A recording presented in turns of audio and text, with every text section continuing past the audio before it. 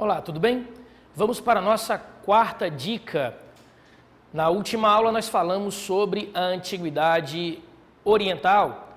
Trabalhamos com a sua estrutura política, econômica, social. Hoje nós iremos falar da mesma Antiguidade Oriental, só que tratando especificamente das questões culturais e dos legados que cada povo deixaram para a nossa sociedade. Primeiro vamos começar pelo Egito. Grandiosa civilização localizada no norte da África, ali conhecida como um berço das civilizações, ou a primeira e mais importante civilização do mundo antigo.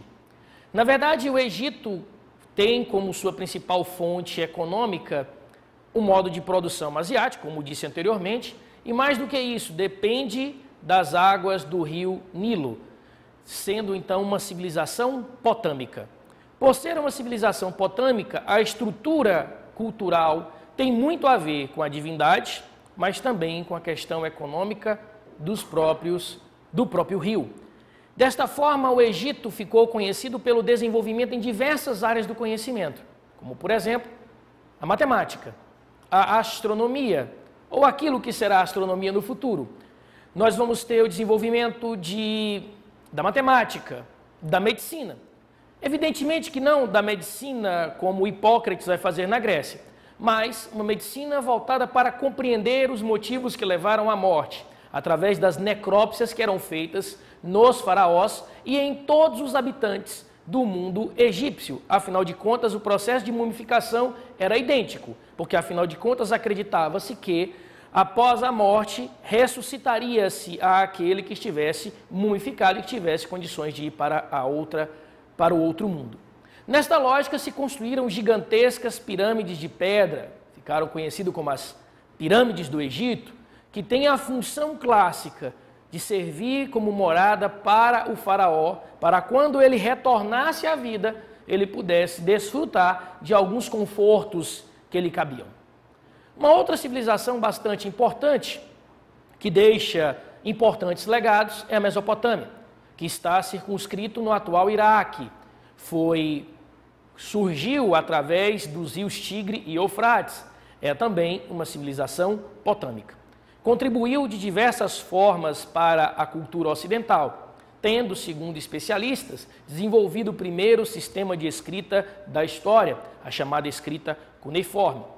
Nessa lógica do primeiro sentido de escrita, também surge o primeiro código de leis, o Código de Hammurabi, que estava baseado naquilo que conhecemos como lei de Talião, olho por olho, dente por dente.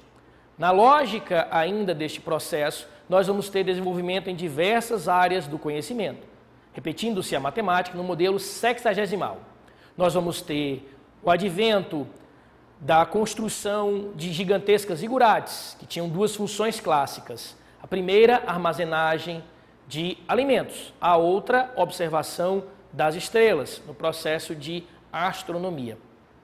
Na lógica ainda das zigurates, a mais famosa foi a Torre de Babel, que ficou definida na Bíblia como aquela que foi o divisor da multidiversidade de linguística do mundo. Depois nós temos os fenícios, que são conhecidos como os grandes navegadores da história. O grande legado fenício é o nosso atual alfabeto, mais precisamente as nossas consoantes, já que as vogais foram inseridas posteriormente pelos gregos. Uma outra composição importante para ser observada dos fenícios são, como grandes navegadores, os primeiros a circularem a costa africana, ainda muito antes de Vasco da Gama, que vai fazer no século XVI. Nesta lógica do processo de desenvolvimento da sociedade fenícia, nós vamos ter a manutenção do mesmo modelo teocrático, mas com uma diferença. Como o solo não era tão fértil como as outras regiões, optou-se pelo comércio marítimo, que se tornou a principal fonte de renda desta civilização. O quarto povo são os persas, que estão circunscritos no atual Irã. Esta estrutura dos persas é muito ampla, porque se tornou um dos maiores impérios do mundo antigo, estabelecendo relações com diversos povos. Influenciou principalmente na relação da astrologia, com a formação dos signos do zodíaco e toda aquela estruturação muito utilizada na contemporaneidade por aqueles que acreditam na influência dos astros em nossa existência. E além disso, nós temos a expansão da Pérsia por todos os grandes territórios próximos, chegando até a tentar invadir a Grécia nas famosas Guerras Médicas, o qual Dário I e o seu filho Xerxes I acabaram sendo derrotados pelos gregos. E finalmente os hebreus, que deixam como grande legado para a civilização contemporânea o judaísmo e o monoteísmo, que inspirou duas outras religiões monoteístas muito fortes no mundo, o cristianismo e o islamismo. Até a próxima, um abraço.